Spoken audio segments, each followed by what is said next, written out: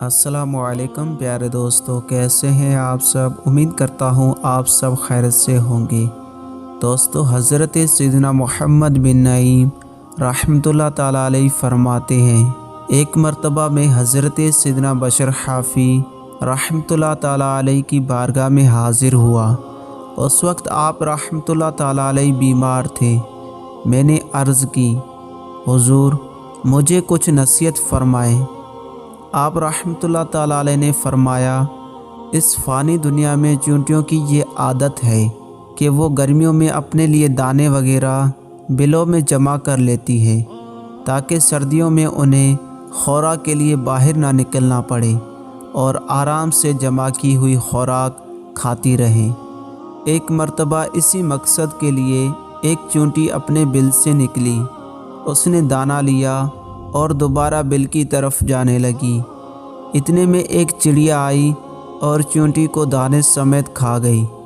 اب نہ تو وہ چیز باقی رہی جسے وہ چیونٹی جمع کرنا چاہتی تھی، اور نہ ہی وہ چیونٹی باقی رہی کہ اپنی جمع کی ہوئی چیز کھا لیتی۔ میں نے عرض کی، حضور مزید کچھ نصیحت فرمائیں۔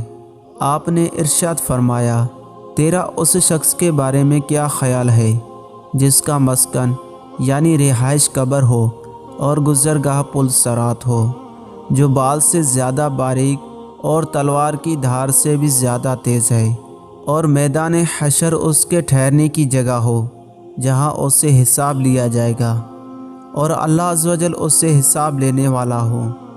پھر اس شخص کو یہ بھی معلوم نہ ہو کہ میں حساب و کتاب کے بعد جنت میں جاؤں گا اور مبارکباد کا مستحق ہوں گا، یا جہنم کی بھڑکتی ہوئی آگ میں میرا ٹھکانہ ہوگی اور میں وہاں عذاب دیا جاؤں گا۔ ہائے حسرت و افسوس! ایسے بندے کا غم کتنا طویل ہوگا اور اس کو کیسی کیسی مصیبتوں کا سامنا کرنا پڑے گا۔ ہائے ہائے!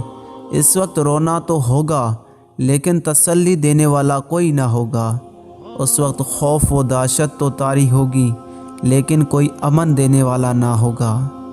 پھر آپ رحمۃ اللہ تعالیٰ علیہ مجھ سے بار بار یہی فرماتے رہے، ذرا اپنی حالت پر غور کر، اس دن تیرا کیا حال ہوگا، ذرا اپنی قبر کے بارے میں سوچ، اس میں تیرے ساتھ کیا معاملات پیش آئیں گے۔ دنیا داروں سے تعلقات کم کرتے اور کبھی بھی اس بات کو پسند نہ کر کہ لوگ تیری تعریف کریں گے، اور اپنے اعمال پر لوگوں سے اپنی تعریف سننے کی خواہش نہ کر۔ دنیاوی نام و نمود نہ چاہ، عزت والا وہی ہے جو رب عز و جل کے ہاں معزز ہے، اور جو اللہ عز و جل کے ہاں ذلیل ہے، بظاہر وہ دنیا میں کتنا معزز ہو، حقیقتاً وہ ذلیل ہے۔ اے ہمارے پیارے اللہ عز و جل، ہمیں دنیا اور آخرت میں عزت عطا فرما، ہر عمل اپنی رضا کی خاطر کرنے کی توفیق دے۔ اے ہمارے پاک پروردگار عز و جل، تجھے تیرے حبیب صلی اللہ تعالیٰ علیہ وآلہ وسلم کا واسطہ ہمیں بے سبب بخش دے اور ہم پر اپنا خصوصی رحم و کرم فرما۔